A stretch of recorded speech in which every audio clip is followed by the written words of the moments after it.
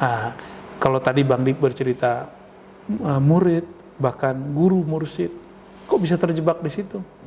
Itu yang disebut oleh Imam Ibn Ruslan. Apa kata beliau? Kulluka syirkun. Semua yang kamu fikirkan itu syirik.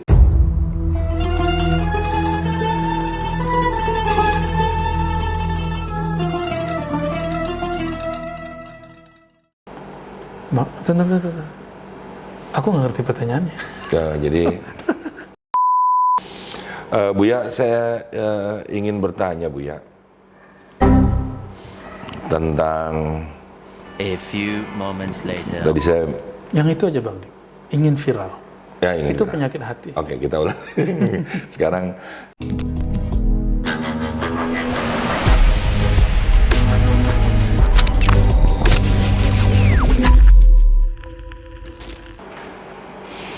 Astagfirullahaladzim. Bismillahirrahmanirrahim. Assalamualaikum warahmatullahi wabarakatuh. Waalaikumsalam. Segala puji bagi Allah Tuhan semesta alam yang menciptakan kerinduan karena kita jatuh cinta pada yang baik tentunya. Kita pasti rindu karena podcast Rumi Cafe ini lama sekali tidak berjumpa. Saat kita tidak berjumpa, kita saling memaafkan dan saling mendoakan. Siapa yang mengajarkan itu? Ya, benar. Baginda Nabi besar Muhammad SAW. Mudah-mudahan kita ini semuanya mendapatkan syafaat dari beliau. Dan sahabat, inilah saat yang kita nantikan perjumpaan kita dengan guru kita, Buya Ar-Razi Hasyim. Ya. Apa kabar Buya? Assalamualaikum warahmatullahi wabarakatuh. Waalaikumsalam warahmatullahi wabarakatuh. Baik. Teman-teman jangan lupa, ini kita sudah dapat baju yang luar biasa dari review. Buya juga begitu ya, Rep? Jadi kita tidak usah repot-repot kalau mau syuting ya. Tapi jangan lupa kita dikasih dukungan, subscribe, share, like, and comment. Tema kita kali ini Buya sangat saya butuhkan karena lagi dekat begitu tanpa jarak dengan teman-teman sekitar, yaitu yang berjatuhan gugur di jalan Tuhan. Ya Rabb. Sahabat Rumi Cafe, ada orang sadar dia sedang digoda oleh perempuan. Dia cepat-cepat sadar dan meninggalkannya. Ada yang sadar dengan kemewahan, keduniaan, jabatan. Tapi ada loh, ini sulit banget menerkanya. Apakah ini godaan atau ini emang naik kelas? Ketika dia dicoba dengan ilmu, apalagi ilmu agama. Bukan dia rendah hati, jadi merasa bahwa dia jauh lebih baik. Ngeri sekali nih Bu ya. Bahkan dia membandingkan dengan guru-gurunya. Guru malah nggak ada apa-apanya. Guru gua ini sekarang guru sejati. Ini model penyakit apa nih Bu ya, yang mengarah kepada spiritual, yang akut nih. Ya. Baik, bismillahirrahmanirrahim. Alhamdulillah wassalatu wassalamu ala rasulillah wa ba'du. Bang Dik dan sahabat-sahabat Rumi, penyakit hati itu sebenarnya hati tidak ada penyakit, tapi hati itu digerogoti oleh apa yang kita sebut dengan nafs, nafs jiwa. Imam Ghazali sangat concern dalam bab ini dan beliau ulama yang paling banyak membicarakan ini, sampai membicarakannya satu jilid besar untuk detail penyakitnya, lalu jilid yang kedua detail untuk mengobatinya. Buku apa itu Bu ya? Ihya Ulumuddin. Menghidupkan ilmu-ilmu keagamaan. Dan kitab ini 4 jilid. Memang Imam yang Al-Ghazali 3-4-nya? 1-2. Kan 1-2 penyakitnya, 2 obatnya, 3-4. Bukan, dia 3-4. 3 dan 4. 1 dan 2 lebih penyakit. kepada akidah, lalu rahasia-rahasia syariat. Jadi orang beribadah itu kenapa tidak serius? Karena tidak mengerti rahasianya. Wow. Lalu setelah orang beribadah itu belum selesai, nanti ibadah itu akan dirusak. Apa yang merusak? Jiwa yang berpenyakit yang menggerogoti kolbu. Karena ini menggerogoti kolbu, baru disebut fi qulubihim maradun dalam Al-Quran. Di dalam kolbu mereka ada penyakit. Jadi kalau ada ilmu anatomi tubuh, ini ada anatomi diri manusia. hakikat manusia itu ada yang terdiri dari tubuh, ada yang disebut dengan jiwa, nafs, ada yang disebut dengan kolbu, ada yang disebut dengan ruh. Kolbu juga bisa dirusak. Apabila nafs si jiwa ini berpenyakit, dia akan menutup kolbu. Ini yang disebut dengan terhijab. Terhijab. Apa yang menutupinya adalah yang kita sering sebut dengan penyakit-penyakit hati itu. Penyakit hati lain dengan penyakit badan, Bang Dik, tapi ada kemiripan. Misalnya, Bang Dik kalau lagi sakit, badannya meriang, demam, lalu saya hidangkan makanan yang Bang Dik suka, itu Bang Dik nggak mau. Bang Dik sukanya apa? Mie ayam. Hai Allah, mie ayam mulu. Mie ayam oke, karena mie ayam Bang Dik itu enak sekali. Itu saya hidangkan, Bang Dik pasti nggak mau makan. Kenapa? Iya, betul. Badannya sakit. Zikir, sholat, sholawat, riyadhah, mujahadah itu makanan kolbu. Tapi ketika dihidangkan kepada kolbu yang berpenyakit, dia nggak akan mau. Dia akan muntah-muntah. Sama halnya seperti itu. Jadi cara cek tubuh kita, diri kita ada sesuatu, ya coba suruh dia silaturahim, dia mau nggak? Maukah dia duduk bersama kawan-kawannya? Maukah dia merendahkan sedikit egonya? Ya Allah. Maukah dia duduk merendahkan ego itu bisa dengan berarti menghadiri majelis kawannya. Oke, sebentar dulu, Pak. Ini menarik sekali sahabat, karena ini di dalam keseharian kita terjadi. Tadi Buya mengatakan, coba cek apakah dia mau bersilaturahim kepada kita. Atau kita juga mau nggak? Mau nggak kita bersilaturahim kepada dia? Ternyata ada orang selalu menghitung, Buya, apa untungnya aku main sama dia. Ya. Gimana, Buya? Itu abna'ud dunya, kata Imam Ghazali. Itu orang bukan yang terlahir untuk dunia, untuk akhirat, tapi dia anak dunia. Dia disebut abna'ud dunya, orang cinta dunia. Orang cinta dunia. Buya, sebelum kita masuk ke penyakit-penyakit, Buya. Tadi Buya bilang, kenapa ada orang sholat tidak serius? Karena dia tidak tahu rahasianya. Ini menarik sekali. Pelan-pelan ya, Buya. Gimana kalau kita mulai dari wudu dulu lah sebentar. Yang simpel-simpel aja. Simpel sekali, bahwa salah satu penyakit hati yang dibersihkan melalui wudu adalah ghaflah, kelalaian. Jadi kata Imam Nawawi, lalai itu adalah hadasnya jiwa. Bagaimana cara membersihkannya? Zahirnya berwudu. Zahirnya berwudu. Batinnya mengingat Allah, bertobat kepada Allah. Bertobat Allah. Perlu ada doa di situ? Iya, dalam hati saja. Dalam hati, walaupun pakai bahasa ibu. Iya, boleh. Allah kan mengerti semua bahasa. Ya, mulai dari wudu. Yang penting sholatnya jangan pakai bahasa Sunda ya, Bang. Sholatnya tetap pakai bahasa. Oke, rahasia sholat itu sendiri. Karena ada orang bilang sholat itu kewajiban, mari kita gugurkan. Tidak. Ada yang bilang itu kebutuhan, maka mereka harus melakukan. Kurang. Tapi ada perjumpaan kekasih dengan kekasih. Gimana yang baik? Allah itu memerintahkan apapun. Itu sebenarnya kemaslahatan hamba. Namun yang diuji, apakah dia kepada Allah itu bertransaksi atau dia sedang interaksi kepatuhan. Oh iya, kepatuhan. Ya. Apakah dia sedang patuh atau dia sedang bertransaksi dengan Tuhan? Allah maunya kita ini patuh. Orang yang disebut patuh itu hamba. Nah, namun banyak orang mengatakan sholat itu kebutuhan, oke, itu sudah benar tapi separuh. Kenapa saya sebut separuh? Karena nanti ada masa dia nggak merasa butuh dengan sholat. Lalu dia nggak sholat. Berarti sholat itu bukan hanya kebutuhan. Kebutuhan itu bahasa Arabnya masih syahwat. Berarti saya ada syahwat dalam sholat saya. Saya ada keperluan kepada Allah lalu saya sholat. Betul ada ayat wasta'inu bis-sabri was-shalah. Kalau minta tolong dengan sabar dan sholat. Ya. Tapi bukan itu. Tujuan sholat bukan itu. Aqimis sholata lidzikri. Kalau kamu sholat, sholatlah untuk mengingat aku. Nah, kepatuhan si hamba, dia sholat hanya untuk mengingat Allah. Itu obat penyakit kolbu nanti, berkaitan dengan kajian ini. Oke. Rahasia sujud.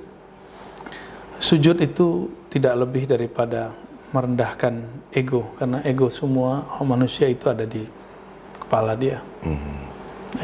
Ketika dia sujud, jika benar dia sujud, maka egonya akan setara dengan kakinya. Itulah yang membuat kita tidak meninggi kepada siapapun. Oke. Salam, banyak orang melihat salam itu mengartikan melihat malaikat di kanan kiri. Ada yang mengartikan lihat tetanggamu kanan kiri sandang papan apakah sudah terpenuhi. Apa rahasia salam? Itu mungkin barangkali hikmah salam. Hikmah salam. Hikmah Sesungguhnya salam. Tujuan salam itu, assalam itu ismun min asma'illah. Assalam itu nama Allah, yang berarti terbebas dari aib, ya, dan menutupi dari semua keburukan-keburukan, kekurangan-kekurangan, kesusahan-kesusahan. Maka orang yang menebar salam, dia tidak hanya menebar senyum, tapi juga berbagi apa yang dia bisa berbagi. Ya. terakhir di bab sholat ini, rahasia doa setelah sholat. Ada orang main pergi aja. Saya sekarang malah buruk nih Bu ya. Saya memandang orang yang sholatnya baik itu setelah sholat. Iya, ya. Dalam hadis yang hasan dinukil oleh Imam Ibnu Hajar disebutkan bahwa salah satu tempat atau waktu yang mustajab adalah ba'da kulli maktubah. Jadi Nabi SAW mengajarkan berdoa setelah selesai sholat, sholat wajib. Ya.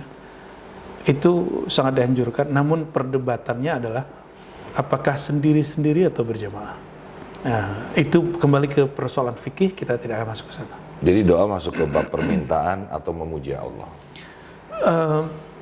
Yang pasti doa mukhul ibadah. Doa itu otak, itu inti dari ibadah. Ibadah itu penghambaan diri yang total kepada Allah. Maka di saat saya beribadah, saya sedang menjadi hamba. Saya sedang memerankan sebagai hamba. Jelas ya, Rumi Cafe dan juga teman-teman yang mau belajar Islam, yang belum berislam, bahwa sebenarnya dalam sholat itu tidak ada membuat mereka tuh jadi angkuh, sombong, dan lain-lain. Tapi gimana ya Bu ya, orang yang selalu sholat di dalam masjid, pergi ke masjid 5 waktu, dia lalu merasa jauh lebih baik ibadahnya daripada orang yang tidak melakukan hal itu. Nah, itu yang disebut orang-orang yang gugur di tengah jalan. Nah, ini kita boleh masuk nih. Ya. Ya kenapa Bu ya? Kan nggak ada babnya tadi Bu ya ceritakan bahwa dia harus lebih baik merasa. Berarti dia gagal menjadi hamba. Karena orang yang sudah sujud itu sudah nggak sibuk lagi dengan aib orang lain. Aib orang ya. Ya, saya tidak akan sempat lagi membicarakan kelemahan orang lain kalau sudah ruku dan sujud. Oke. Ini ada pendapat Bu ya, kalau kita belajar agama, kita menjadi nol, kosong, atau menjadi orang yang paling tahu bahwa diri kita nggak tahu apa-apa. Oke. Ya. Tapi ada orang yang menjadi satu. Satu itu sementara yang saya tahu adalah Allah gitu. Ya kalau nggak Allah di depan nggak berarti semua angka-angka. Gimana Bu ya pengertian itu? Itu mungkin salah satu cara untuk menemukan ketawaduan ya. Bahwa kita ini nol, yang esa itu hanya Allah, yang hebat itu hanya Allah. Maka apabila seseorang menolkan dirinya, jika nolnya tambah banyak, maka nilai dia tambah besar. Ya, karena di depannya pasti satu. Kalau dia baru satu menolkan dirinya, nilai dia baru 10. Jika 2 kali menolkan dirinya, nilainya 100, dan seterusnya, 1000, 10.000, dan selanjutnya. Dan itu tidak mungkin kecuali dengan cara mengobati penyakit-penyakit jiwa, penyakit-penyakit diri, penyakit-penyakit kolbu ya. Sahabat saya memperhatikan guru saya, Buya Razi Azim. Ada orang datang ke tempat beliau membawa gurunya. Gurunya tentu sangat dia banggakan. Tapi apa yang saya lihat sahabat, gurunya itu dicium tangannya oleh Buya. Tahu nggak? Tidak sederhana itu sebenarnya. Buya ini kan juga berilmu gitu ya. Respect sama orang, respon sama orang. Tapi di balik itu, tuh lihat guru lo, dia cium tangan sama guru gue. Kadang-kadang itu suka ada yang begitu sebutan gimana Bu ya? Apakah kita menjadi rusak karena itu? Apakah Bang Dik terganggu dengan kata-kata itu? Yang saya kasihan adalah orang ini, kenapa kamu sesederhana itu belajar agama? Iya, ya, misalnya ketika ada saya menghormati orang lain, terus ada komentar, tuh lihat gurumu hormat ke guruku. Apakah Bang Dik akan terganggu dengan kata-kata itu?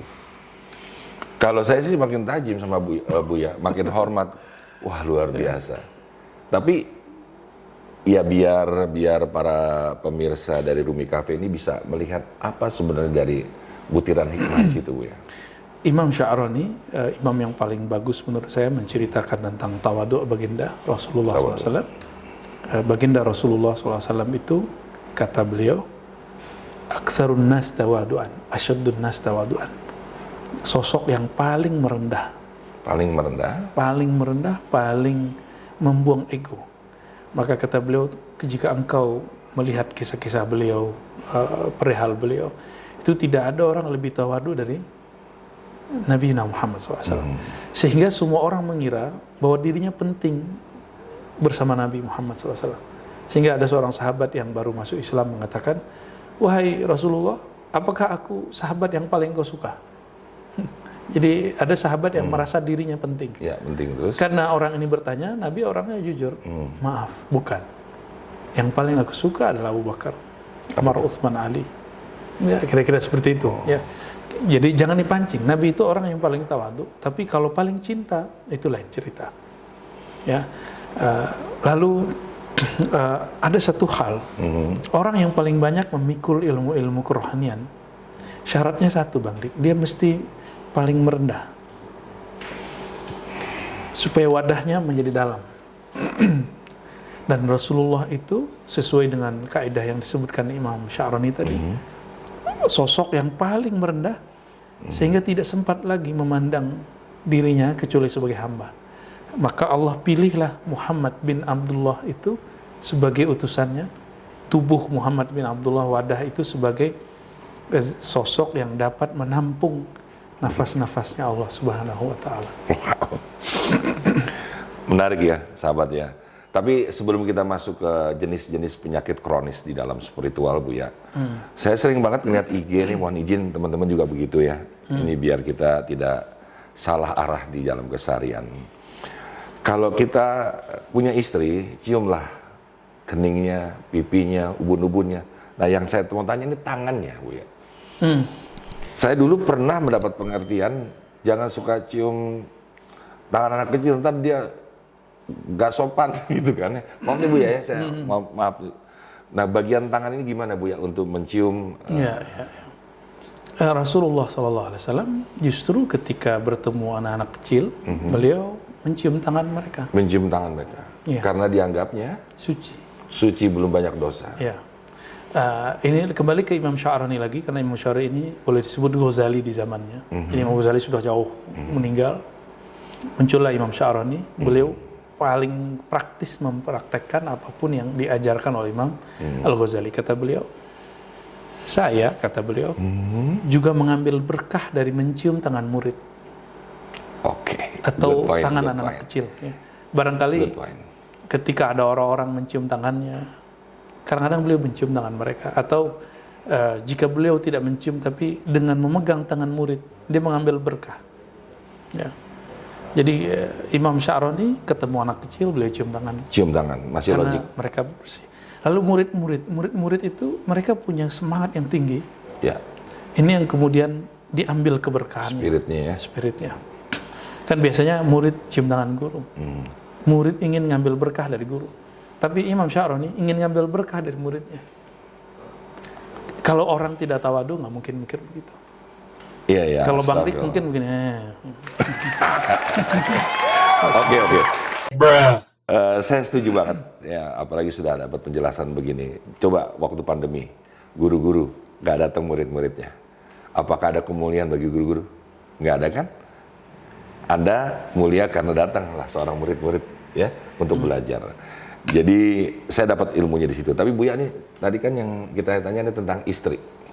Oke, tentang istri. Ada dicontohkan. Jangankan istri, Rasulullah SAW ketika anaknya datang, Sayyidatuna Fatimah, Maka Nabi SAW menyambutnya dengan berdiri. Lalu beliau mempersilakan duduk ke tempat duduk beliau. Lalu Nabi SAW mencium keningnya. Istri ini?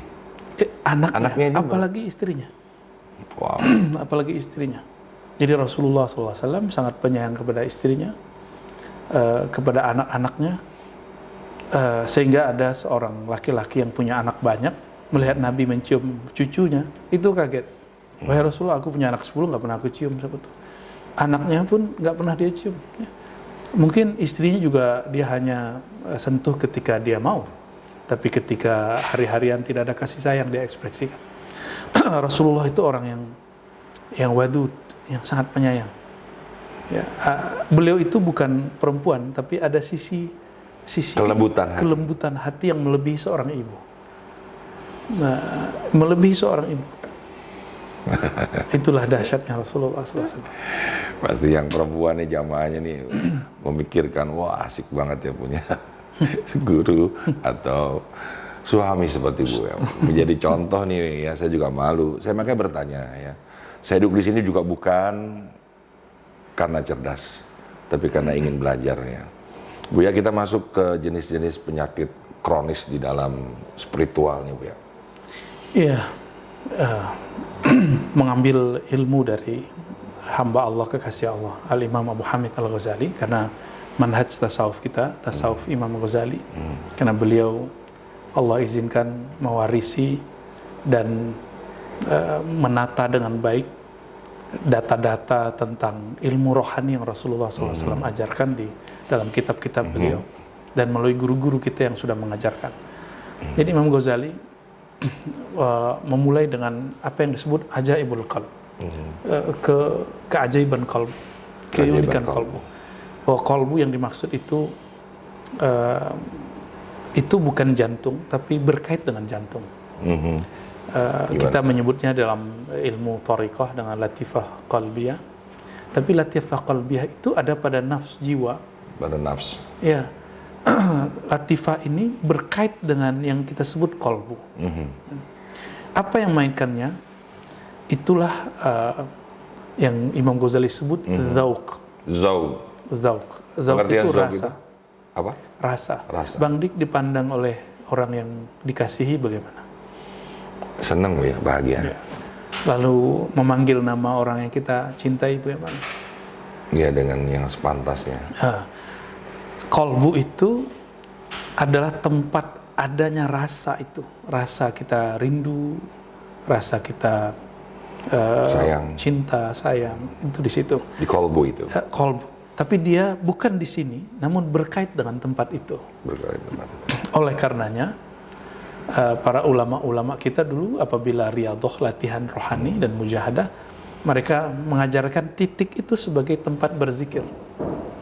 Oke, sebentar. Jadi qalbu itu mestinya tempat Allah saja, atau di luar itu di hati itu kepada sesama, apa itu masuk bareng-bareng Bu ya?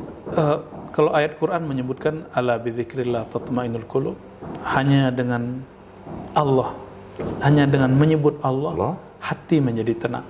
Artinya qalbu ini nggak akan bisa lagi apa-apa kecuali dia harus berpulang kepada Allah.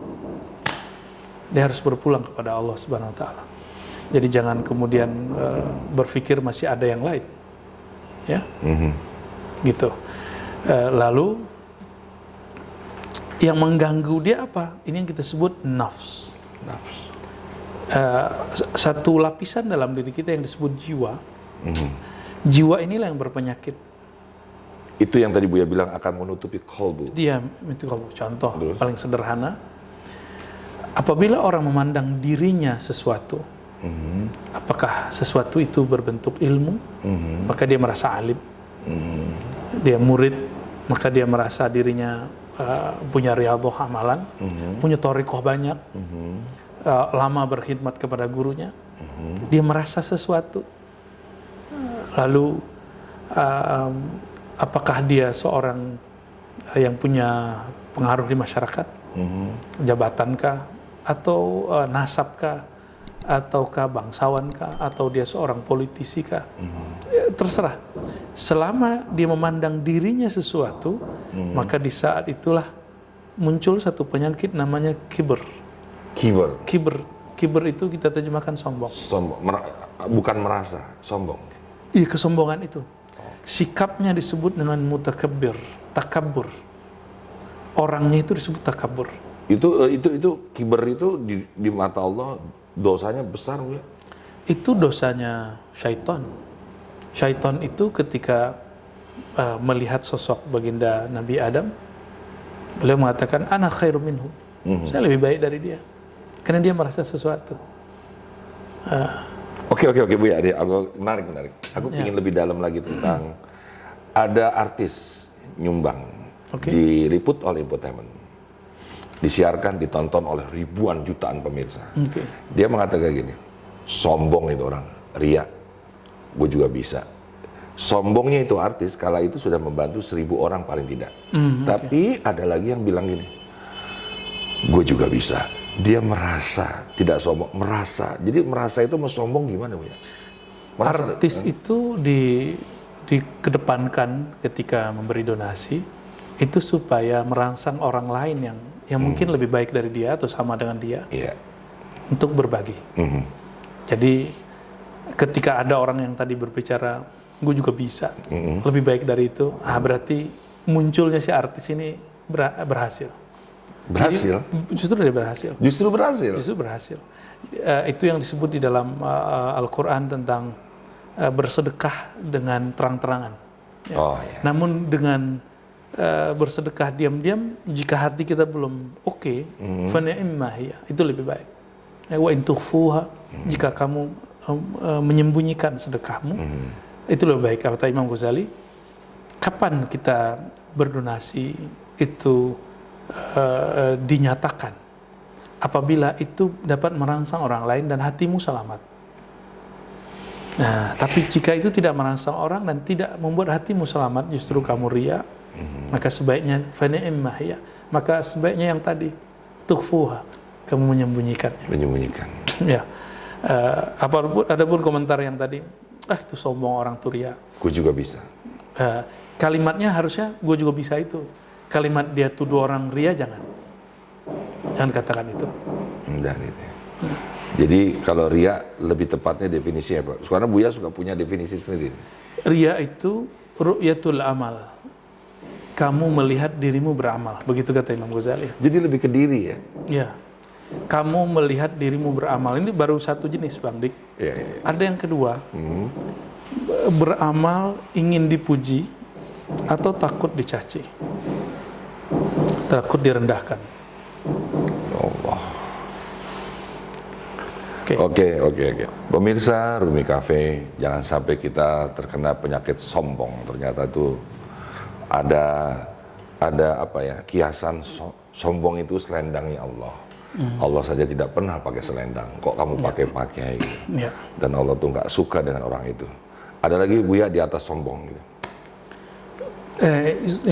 Yang pasti sombong dulu, bahwa sombong itu salah satu sifat iblis ya. Iblis. Firaun juga ya Bu ya?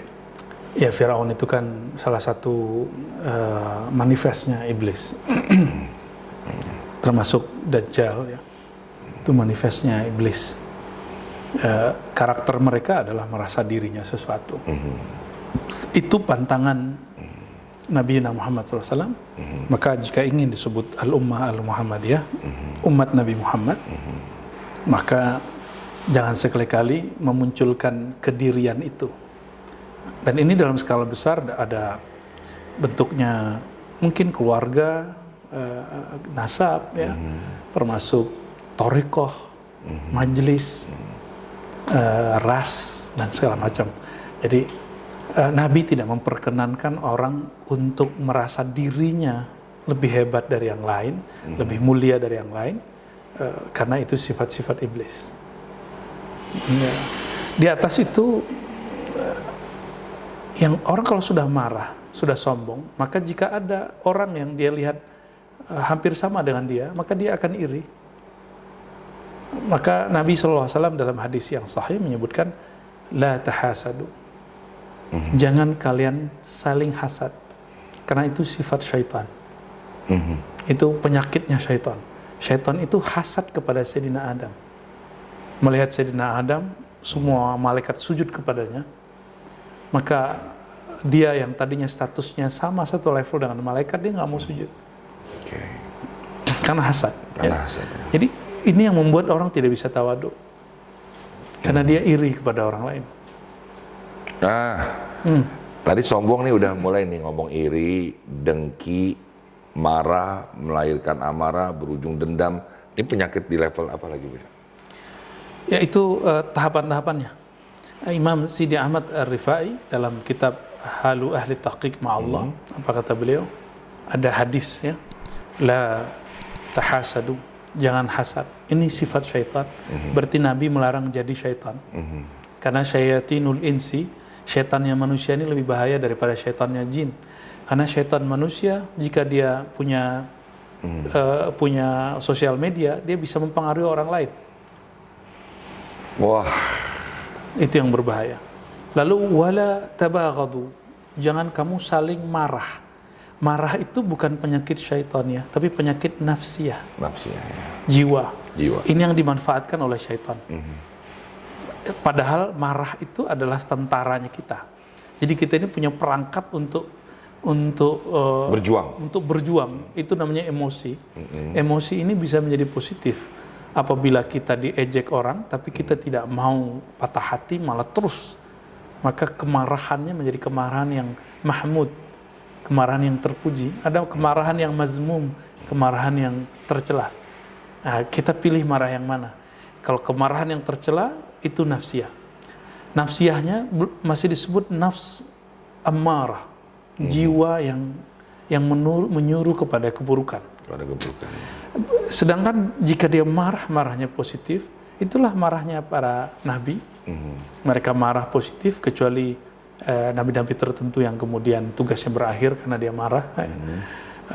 Disebut nafs mutmainnah, jiwa yang tenang. Jiwa yang tenang. Jadi marah itu perlu, Bang. Kita perlu ada harga diri. Karena marah itu alamiah ya sebenarnya. Iya. Tinggal. Itu alamiahnya jiwa, bukan alamiahnya syaitan.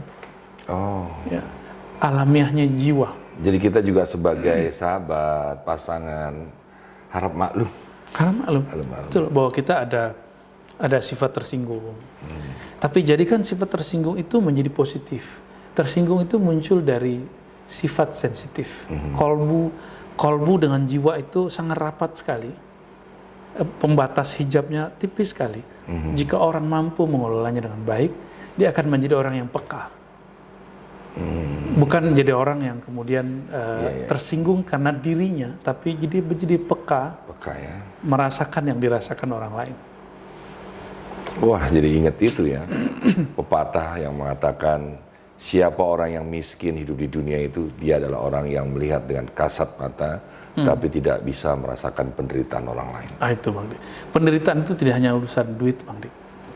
Ketika Bang Dik misalnya diomongin tidak baik oleh orang lain, lalu saya melihat dan saya menaruh diri di posisi Bang Dik, nggak enak loh, nggak nyaman loh, kita dibicarain orang. Kondisi ini yang disebut dengan tadi hati yang lembut, riqqatul qalb. Lawannya qaswatul qalb, kalbu yang keras. Itu masuk dengan respect gitu orang. Ya. Jadi satu penyakit kalbu karena orang iri dan dengki itu adalah keras hati. Keras hati ini itu bisa diobati dengan cara berzikir atau bersilaturahim, lalu melihat seandainya saya mengalami yang dialami orang itu bagaimana. Ya, misalnya ada orang Bang Dik mengalami suatu peristiwa yang tidak enak, lalu dibicarakan banyak orang, lalu kita taruh posisi kita di situ, nyaman nggak? Ya. Maka jangan pernah bicarakan keburukan orang lain. Di situ cara mengelola kalbunya. Itu yang kemarin kita belajar ya. Ya. Istirahatkan jiwamu. Betul. Ya. Jangan masuk ke ranah kehidupan orang lain. Buya, nih kita ngaku aja lah, kita dulu pernah muda, Buya. Buya mungkin apalagi jago silat. Ya. Silat lidah. Buya mungkin gampang marah, temperamen, cepat respon. Ada orang mengatakan kalau masih sifat sih bisa kita rubah, tapi kalau sudah watak nih. Nah, jangan-jangan ilmu yang tadi Buya barusan tuh zikir, ibadah itu bisa merubah, memecah watak atau Emang Bang Dik lahir sudah pemarah? belum ya? Lahirnya udah bisa silat belum? Belum ya. Udah bisa ngomong? Itu semua dibentuk oleh kondisi. Maka untuk mengeluarkan seseorang dari kondisi itu perlu namanya mujahadah, usaha keras. Jadi nggak ada orang terlahir dengan karakter tertentu. Itu dibentuk oleh kondisi. Oh, jadi nggak nyalain takdir dia sebagai sosok yang pemarah gitu, enggak ya? Enggak. Ya mungkin karena orang sekitar dia pemarah. Anak-anak itu kan dia melihat cara marah orang tuanya, cara bersikapnya, itu yang dia tiru. Jadi bukan berarti dia terlahir bisa apa-apa, enggak. Jadi bukan alasan untuk berubah. Nah itu yang disebut oleh Nabi, siapa yang berpuasa dengan penuh ketulusan, iman dan ihtisaban, maka dia lahir, dia meninggal ke Ramadan seperti terlahir kembali. Artinya sifat dia akan kembali seperti dia baru lahir dulu. Dia nggak akan pemarah. Salah satu obat orang emosi kan berpuasa, Bang Dik. Karena di hadis itu dikatakan, fa insa bahu ahadun, jika ada orang mencaci maki dia, falyakul inni shaim. Katakan bahwa aku sedang menahan diriku. Bahasa Arabnya saum, puasa. Puasa itu bahasa lama Sanskerta, berarti menahan diri dari sifat yang negatif untuk mendekat kepada yang esa, puasa, esa. Ya.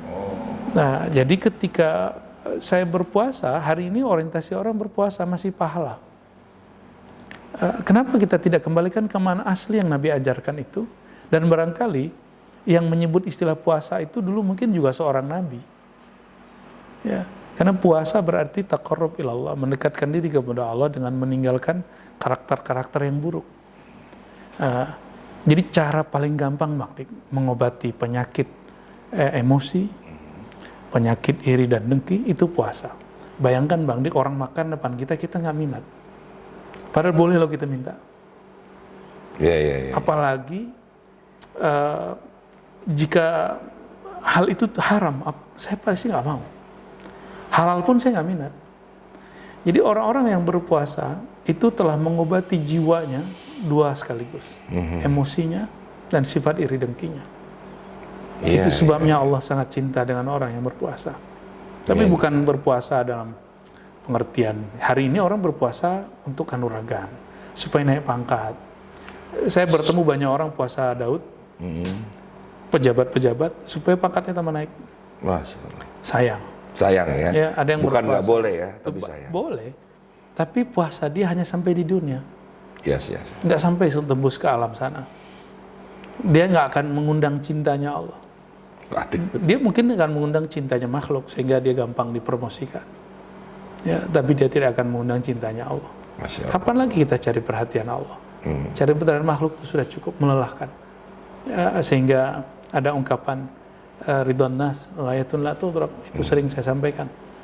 Sayangnya manusia, ridhonya manusia itu ujung tujuan visi yang mustahil dicapai. Orang ini senang, pasti yang lain nggak senang. Maka Bang Dik, kita nggak perlu kemudian mencari kesenangan, keridhaan orang. Cukup cari saja keridhaan Allah. Itulah ikhlas sejati. Sedangkan mencari ridho manusia, itulah riya sejati. Kalau tadi Bang Dik bercerita murid, bahkan guru mursyid, kok bisa terjebak di situ? Itu yang disebut oleh Imam Ibn Ruslan. Apa kata beliau? Kulluka syirkun. Semua yang kamu pikirkan itu syirik. Kamu mengatakan, saya nanti kalau begini apa kata orang? Ya, misalnya saya bertorikot saya misalnya torikot A. Lalu saya mengamalkan sesuatu yang jarang dipakai oleh murid-murid torikot yang lain. Tapi saya dapat ijazah dari guru atau ketemu dalam kitab yang diijazahkan guru, ada satu amalan yang bisa diamalkan, tapi tidak diamalkan mursyid yang lain. Nanti kalau kita buat, nanti murid-muridnya ngomong, nanti apa kata majelis sebelah, apa kata zawiyah yang lain, apa kata orang, apa kata mursyid. Kalimat seperti ini akan menguji ketulusan seseorang dalam mengamalkan ilmunya. Apa kata orang itu, Bang Dik? Ini yang membuat seseorang akan jauh daripada tajdid. Tajdid itu pembaharuan. Ya, sederhana sih. Wow, ya ini saya mesti ngomongin lagi sedikit lah, karena tuh tadi ada terbesit, tapi itu berat banget sebenarnya maknanya. Ketika semua generasi yang kekinian pingin menjadi YouTuber, ya jarang sekali pingin jadi kekasih Allah, pingin jadi YouTuber. Terbesit aja sedikit, kata Buya, itu agar kau bisa mempengaruhi orang. Waduh, apalagi Tuhan kamu bernama viral. Duh, maaffinlah program ini ya. Rumi Cafe ini kalau ada niatan begitu, enggak begitu. Karena saran, kritik itu penting buat kita ya, Bu, ya, biar kita jauh lebih baik lagi. Apa tema-tema yang akan diambil, mungkin kita terlalu terbang. Silakan dikritik biar kita kembali lagi ke bumi, ya. Ya. Buya, saya ingin bertanya, Buya, tentang A few moments later. tadi saya Yang itu aja, Bang Dik. Ingin viral. ya ingin Itu bilang. penyakit hati. Oke, kita ulang. Sekarang karena ini kebutuhannya adalah, kamu juga nonton dari YouTube kan, makanya kita kuatkan lagi di masalah Tuhanku bernama viral. Ya, viral itu kan bahasa kita viral, ya, berarti kemasyhuran, Kemasyhuran. popularitas. Di dalam hikam itu ada kalimat, ada guru saya yang baca udfun, ada guru saya baca idfin atau udfun wujudaka fi ardil khumul. Benamkanlah eksistensimu terlebih dahulu di dalam tanah yang khumul, ya, yang hitam, yang subur, benamkanlah. ya. Egomu, dirimu, kedirian, famadabata, ya, sesuatu yang tumbuh sebelum dia matang, sesuatu yang tumbuh tapi bukan di bawah tanah, bukan di dalam tanah, biji yang tumbuh di atas, maka dia tumbuhnya tidak akan subur. Biji yang di atas. Biji yang, jadi kalau ada kita tebar biji di atas, dia nggak akan tumbuh. Jadi kita kalau ada, kita nyemai padi itu mesti diambil satu segini, apa namanya, karena yang kita tanam, menancapkan itu tugas guru. Nanti guru tunggu 3 bulan, namanya petani, nanti baru dia tumbuh menjadi buah yang bagus berisi. Yang satu lagi tumbuh juga 3 bulan, yang ini padinya berisi, yang ini padinya hampa. Kosong. Jadi tidak usah buru-buru untuk muncul di atas permukaan sampai kemudian kita diizinkan guru kita. Makanya perlu berguru, punya mentor. Punya mentor. Dalam ilmu apapun, apa yang kita bicarakan dalam di dunia nyata, sebaiknya itu ada yang mementori. Belajar tanpa guru sama dengan Ya, belajar kepada syaitan, gurunya syaitan. Karena gurunya adalah dirinya sendiri nanti. Gak ada yang akan mengelola jiwanya nanti. Gak ada yang akan menegur dia nanti. Tidak ada yang akan ngerem dia. Kamu berhenti dulu sejenak. Gitu. Imam Sya'rani sukanya adalah nulis buku. Dan dia viral karena bukunya. Apa kata gurunya Ali Al-Khawas? Kamu kalau ingin berguru kepadaku, ini guru paling unik. Guru dia semua orang alim, mujtahid, semuanya orang jago baca kitab seperti ini, Bang Dik. Kecuali Ali Al-Khawas tidak baca kitab. Karena dia seorang ummi. Tapi dia mampu baca kolbunya Imam Sya'rani. Apa kata dia? Kamu kalau mau berguru kepadaku, bakar dulu kitabmu. Karena itu dulu alat untuk bermedia, viral itu kitab. Suruh tinggalkan, kamu gak usah masuk dulu. Dari zaman ke zaman sudah ada sebenarnya. Sudah ada. Gitu. Alat untuk viral dulu nulis. Astaga. Sekarang alat untuk viral cukup Bang Dik berkata-kata. Tetap kita harus nulis. Maka harus ada guru kita yang ngerem. Kamu berhenti dulu sejenak. Sebulan, 2 bulan. Riadoh lagi. Gitu. Setahun, bisa jadi. Ya. Nanti guru kita akan bakar nafsiyah, ego kita. Sehingga berbicaranya bukan lagi dengan ego. Berbicaranya sudah dengan si kolbu tadi. Itu yang dilakukan Imam Ghazali. 10 tahun dia uzlah. Sampai itu pun masih sulit. Dia kemudian bertemu dengan gurunya bernama Abu Ali Al-Farmadi. Abu Ali Al-Farmadi mentalkinkan zikir Allah, Allah, Allah ke dalam kalbunya. Maka teman-teman, jalan pintas untuk menyembuhkan kalbu itu riyadhah, latihan yang diulang-ulang. Setelah ditalkin oleh guru yang wasil, guru yang sudah dapat izin dari gurunya untuk membaca zikir nama Allah. Allah saja, atau Rahman saja, atau Rahim saja. Dan itu ada tekniknya. Nah, silakan cari mursyid-mursyid yang bisa membimbing untuk itu. Masya Allah. Makasih Buya. Buya, tadi menarik banget sebelum kita ngomongin viral nih tentang puasa nih yang sebagai obat penyakit hati. Ada puasa setingkat Nabi yang jauh lebih berat katanya Buya, yaitu puasa kebenaran. Buya benar, disangka salah. Lalu Buya puasa kebenaran. Lalu Buya berdoa, maka Allah yang Maha Benar akan menyelinap sebagai kebenaran yang absolut. Kata-katanya benar, pandangannya benar, telinganya benar. Tapi orang pada sibuk untuk menjelaskan siapa dirinya. Nah, puasa kebenarannya apalagi? Ini istilahnya Bang Dik ya. Iya, istilah doang ya, tapi apa? Puasa kebenaran. Ya, orang berpuasa itu, puasa berarti menahan. Orang benar itu tidak mesti selalu menang. Orang benar itu nggak selalu harus menang. Ya, dan ini Sayyidina Nabi SAW wujudkan 13 tahun di Mekah. Lalu beliau wujudkan 6 tahun sudah di Madinah. Beliau berhasil masuk ke Mekah, tapi baru di perbatasan. Namanya Hudaybiyah. Itu sahabat-sahabat bawa senjata, semuanya lengkap. Sayyidina Umar tidak hanya bawa senjata, dia bawa hadiah untuk keluarganya yang masih di Mekah. Dia rindu. Tapi ternyata kafir Quraisy waktu itu, sekarang istilah kafir tidak disetujui, tapi saya tetap pakai karena itu ada di Qur'annya. Kafir Quraisy, mereka kemudian tidak mau, lalu mereka ingin bernegosiasi dengan Nabi SAW, lalu terbuatlah satu kesepakatan Nabi tidak boleh masuk. Di saat itu, Nabi SAW mengalah. Bahkan namanya Muhammad Rasulullah dicoret. Hanya Muhammad bin Abdullah. Beliau ngalah lagi. Yang ketiga ini yang paling berat. Ketika muridnya sendiri, yaitu sahabatnya beliau, Sayyidina Umar, agak emosi. Lalu membentak baginda Rasulullah SAW dan mengatakan, emang kamu beneran Rasul? Ya, Bang Dik ngomong nih, emang kamu beneran guru sih? Kamu beneran mursyid nggak sih? Gitu. Ngomong gitu kepada guru, itu sangat tersinggung pastinya. Guru itu pasti sangat tersinggung. Nabi hanya diam. Lalu Umar mengatakan, agama kita benar nggak? Hakun dinna. Maka dalam pengertian Sayyidina Umar, benar itu mesti menang. Sayyidina Umar mungkin dalam istilah Bang Dik belum puasa kebenaran.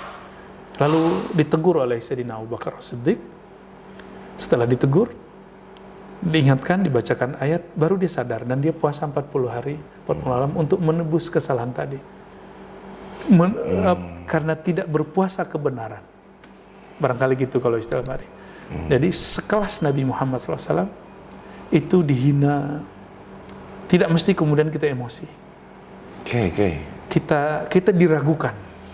Sayyidina Umar meragukan beliau sebagai Rasul, meragukan kebenaran risalah beliau. Nabi Muhammad SAW tidak tersinggung, mendiamkannya, bahkan kemudian mendoakan kebaikan bagi Sayyidina Umar. Beliau tidak mau Sayyidina Umar gugur. Nah, ini poin penting Bang Dik. Guru yang baik, dia tidak senang ketika ada orang gugur. Tidak senang ketika ada orang? Ada orang-orang yang emosi ini berguguran. Berguguran. Yang tadi Bang Dik ulang mulai di awal. Iya. Justru pendidikan rohaninya Umar diserahkan kepada Abu Bakar. Abu Bakar lah yang menyentuh Umar. Ya. Sehingga Umar kemudian mau menebus kesalahannya. Dia tidak tidur malam hari selama 40 hari dan tidak makan di siang hari. Dia berpuasa tiap hari. Sayyidina Umar ingin mengikuti puasa kebenarannya baginda Rasulullah SAW. Lalu barulah di tahun berikutnya mereka berhasil masuk ke Mekah untuk umrah. Dan 2 tahun setelah itu, jadi dari tahun 6 berarti tahun 8 Mekah ditaklukkan. Itu keberkahan puasa kebenaran. Jadi tidak mesti orang yang benar itu selalu menang, langsung menang. Ya. Insya Allah. Buya tolong jelasin, karena saya sangat senang sekali dengan surat ini. Bismillah. Inna atoina kal kausar fasoli li rabbika wanhar inna sanaka wal abtar. Kau telah kuberikan begitu nikmat yang banyak, maka berkurbanlah dan sholatlah. Ini yang terakhir ini. Saya ingin Buya ceritain sedikit tentang riwayat surat yang pendek ini. Siapa yang membencimu? Nah, ini pentingnya. Dia yang terputus. Jelasin ini Buya, ini sebenarnya peristiwa apa dengan tema kita ini? Itu ayat paling pendek di dalam Al-Quran, surat paling pendek dalam Al-Quran. Dan kalau bagi ulama yang memahami huruf Qaf tidak ada di dalamnya. Jadi? Itu nanti ada rahasianya Bang. Lalu ayat itu berbicara tentang orang-orang yang memusuhi baginda Rasulullah SAW. Mulai dari periode Mekah, Abu Jahal, Abu Lahab, sampai periode Madinah, orang-orang kafir atau musyrikin atau ahlul kitab. Inna syani'aka huwal abtar. Justru orang yang membencimu lah, yang memurkaimu lah, yang menyakitimu lah, mereka abtar, mereka terputus. Mereka terputus daripada jalan rahmat. Mereka terputus daripada kemenangan. Dan itu terbukti Nabi Muhammad SAW. Beliau mau menahan diri, sampai kemudian idza jaa nasrullah wal fath, datang bantuan dari Allah dan kemenangan itu sendiri. Jadi itu bercerita tentang proses beliau dari awal sampai akhir. Sebenarnya udah jelas ya Bu ya, dari contoh Nabi itu ya, ngapain kita dibenci. Maka oleh ulama kita, siapapun yang mewarisi ilmu baginda Rasulullah SAW pasti ada yang benci, pasti ada yang memusuhi.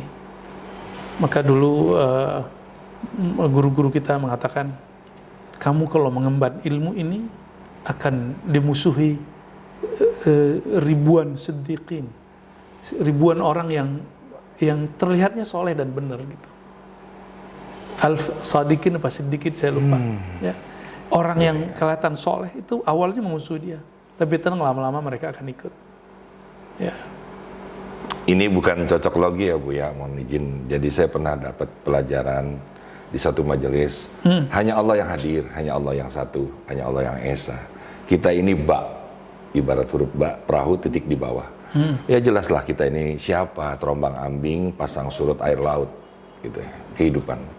Maka teruslah berjalan menjadi tak, titik di atas. Dengan iman dan akhlak mulailah kita berlayar. Lalu kita menempuh huruf sya. Ada Allah, ada baginda, dan ada hamba. Sa. Ya. Bisa dilanjut Bu ya. Memang kita ini harus mengucapkan apapun dengan basmalah. Kita dibutuh bersama dengan Allah. Tapi karena tiba-tiba kalau kita sudah di ujung pencapaian, kita lupa semua itu tuh Bu ya. Gimana Bu ya dengan pendapat itu? Tentu. Aku nggak ngerti pertanyaannya. Ya, jadi yang saya tanyakan Rumi Cafe ini dengan ilmu huruf-huruf gitu loh. Ya, huruf-huruf alif, ba gitu. Oke. Itu mungkin cara orang untuk membuat analogi terhadap cara memulai dan cara menjalani. Boleh-boleh aja, tapi kalau kita mengikuti Al-Qur'annya, semua Al-Quran, jadi nggak usah paham artinya dulu Bang Dik. Semua surat selain Taubah dimulai dengan apa? Bismillah. Maka jika memulai sesuatu, mulailah dengan nama Allah. Bersama dengan Allah. Ya Maha Pengasih, Maha Penyayang. Huruf ba itu ada maknanya isti'anah, memohon bantuan. Ba itu juga berarti kita menyandarkan diri kepadanya, totally menyandarkan diri. Itu yang disebut dalam Al-Quran, wa idza azamta fatawakkal 'ala Allah. Jika kamu punya azam, punya tekad, maka berserah dirilah kepada Allah. Itulah kandungan huruf ba. Itulah Bismillahirrahmanirrahim. Ya. Dan Bang Dik coba lihat penulisan hijaiyah alif bata. Itu kan alif di depan. Dan ini alif itu disyaratkan dengan bab ahad. Ketika ditulis bismillah, ba-nya alifnya tetap di depan. Seharusnya secara khat itu ba lebih awal lalu alif. Bismi. Inilah ilham yang diberikan Allah kepada Sayyidina Ali. Lalu diajarkan kepada Abdul Aswad Ad-Duali bagaimana adab menulis. Jadi menulis huruf pun ada adabnya, apalagi melafazkan satu kata. Semuanya dimulai dengan Allah dan diakhiri juga kembali kepada Allah Subhanahu wa taala. Innalillahi wa inna ilaihi raji'un. Oke, Buya, pemirsa Rumi Cafe, sebelum kita minta doa obat-obatnya nih, saya juga ingin bertanya, Buya. Ya, tadi kan saya udah bilang, saya ini seperti huruf ba, terombang ambing pasang surut air laut kehidupan. Ini gimana dengan orang yang memimpin pesantren, ya, dia jago penghafis Quran, dia udah di ujung-ujungnya ilmu pengetahuan, Buya, kok tiba-tiba dia gugur di situ, Buya? Ya, apa yang salah tuh, Buya? Kan tinggal tidak ada jaminan saya ini ngurus pesantren, saya ini dapat ijazah tarekat, mimpin tarekat, mimpin majelis, hafiz Quran, itu nggak ada jaminan, Bang. Nggak ada jaminan. Nggak ada jaminan. Selama masih ada satu noda nafsiyah nempel di kolbu, itu punya potensi gugur. Nah, makanya sahabat-sahabat Nabi itu dididik sedemikian rupa 13 tahun menghadapi pengusiran, kezaliman, sampai kemudian beliau-beliau para sahabat itu sifat-sifat keegoannya gugur, sifat-sifat buasnya gugur, sifat-sifat tamaknya gugur, lalu baru Rasulullah wafat, baru kemenangan terjadi dan Rasulullah kemudian meninggalkan mereka. Ya, bayangkan kalau orang semuanya tidak ada yang membimbing selevel Umar di tahun ke-6 Hijriah. Itu ke-6 Hijriah beliau hijrah bersama baginda Rasulullah SAW. Kalau tidak ada yang menegur, membimbing, ya, maka walaupun Bang Dik hafiz Quran, Bang Dik ini misalnya pimpinan pesantren atau bahkan seorang mursyid, mesti di atasnya ada mursyid lagi, mesti ada guru, di atas langit ada langit, Bang Dik. Kita ini bukan orang yang sempurna. Jadi kenapa orang itu berguguran? Karena dia sendiri. Dia tidak berjamaah.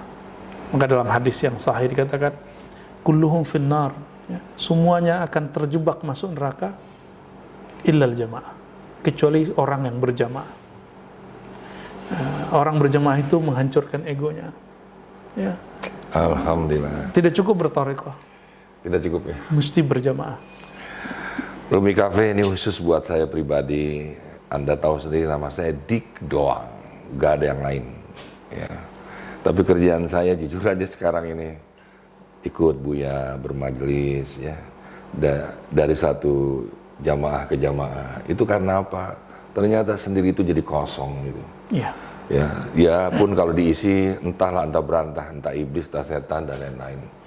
Jadi kemarin kan ada yang datang ke rumah saya kan, dia tidak punya guru, dia belajar sendiri. Dia diperlihatkan dengan kemampuan mimpi-mimpinya. Saya bilang, kamu orang baik, kamu sedang dimainkan oleh orang-orang iblis dan lain-lain, diberikan pengaruh. Jadi Buya, kasih kita obat penawar kesombongan, keangkuhan, keterjebakan kita, kejatuhan kita ketika kita sudah bersamanya basmalah.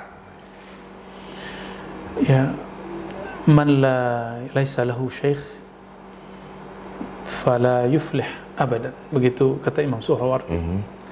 Siapa yang tidak punya guru yang dia contoh, sosok yang dia panuti, yang akan membimbing dia, la yuflih abadan, tidak akan pernah sukses sama sekali sampai ujung perjalanan dia. Maka jalannya dia mesti salah dan keliru. Dia mesti pernah salah dan ditegur oleh gurunya. Mau nggak ditegur, Bang Dik? Orang yang nggak merasa salah nggak akan, yang merasa selalu benar nggak mau ditegur. Yang selalu merasa benar tidak ingin ditegur. Malah dia tersinggung ketika ditegur. Nah, teguran itu makanya saya ketika ada orang yang mencaci maki, menjelek-jelekan, dan kita tidak mau berdebat dengan mereka, dalam hati saya cuma katakan, ya Allah, mungkin itu salah satu pesanmu, pesan melalui orang itu. Dan ilmu itu kita ambil dari Imam Ghazali. Imam Ghazali mengatakan, jika kamu tidak melihat dari gurumu atau tidak berguru, tidak ada teman yang mengingatkan, tidak ada sahabat yang mengingatkan, maka lihatlah musuhmu. Jika ada musuhmu menegurmu atau membuka aibmu, sebenarnya itu cara Allah menunjukkan aibmu. Mungkin mereka merasa sesuatu dengan buka aib kita, tapi kita nggak usah merasa itu. Kita cukup mengatakan terima kasih ya Allah, Engkau telah menunjukkan apa aibku.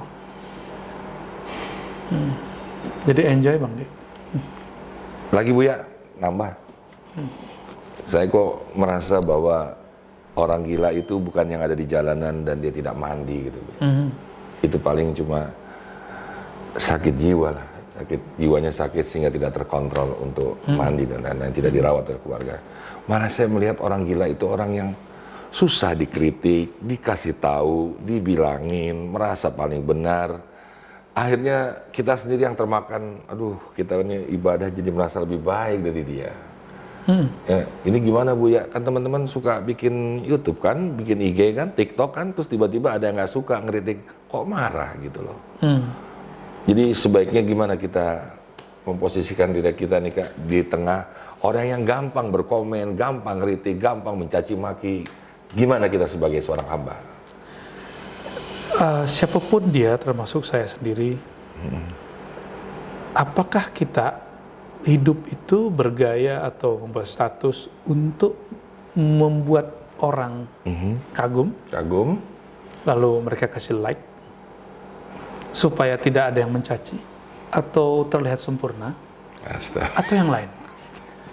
Kita mempublish diri, tujuannya untuk menunjukkan kesempurnaan diri. Nggak akan mungkin.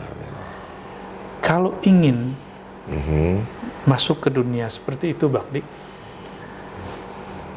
viralkanlah yang maha viral, tunjukkanlah kesempurnaan yang maha sempurna, tunjukkanlah kebaikan orang terbaik di alam semesta, ceritakan orang-orang yang terbaik di alam semesta, tidak usah ceritakan diri ya. Lenyapkan diri, kedirian kita dalam dirinya, maka di saat itulah rasa dikata-katai orang itu biasa aja. Allah itu memberi setiap hari, dan setiap hari diumpat orang, dan Allah nggak marah-marah Bang. Sampai hari ini alamnya masih ada.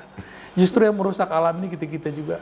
Allah itu setiap hari memberi rezeki, dan setiap hari orang-orang itu tidak mensyukuri dan tidak berterima kasih, dan Allah masih memberi.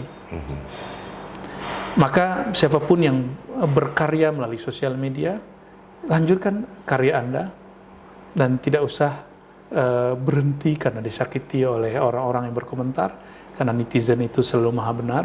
Tetapi ingat, ada yang maha benar, yaitu Allah SWT. Allah itu memandang kolbumu. Apabila Allah memandang kolbu, dan di dalam kolbu kita yang ada hanyalah ingin mencari perhatian Allah, bukan ingin mencari perhatian follower, netizen, maka Allah akan umumkan di langit sana, wahai penduduk langit, aku cinta si fulan, maka cintailah. Kalau yang di sana sudah melike Bang Dik, sudah jadi viewer Bang Dik, benar, di bumi nanti ikut. Benar. Dan rasanya indah. Ya. Aduh panas banget di bangku nih. Kayaknya semua itu tertuju kepada saya ya. Kalian mah beres ya. Dan Buya, ada lagi mungkin yang tertinggal, terlupa atau terlewat yang saya tanyakan, yang merupakan penyakit kronis hati nih, yang paling parah yang mungkin kita lupa. Masih banyak Bang Dik.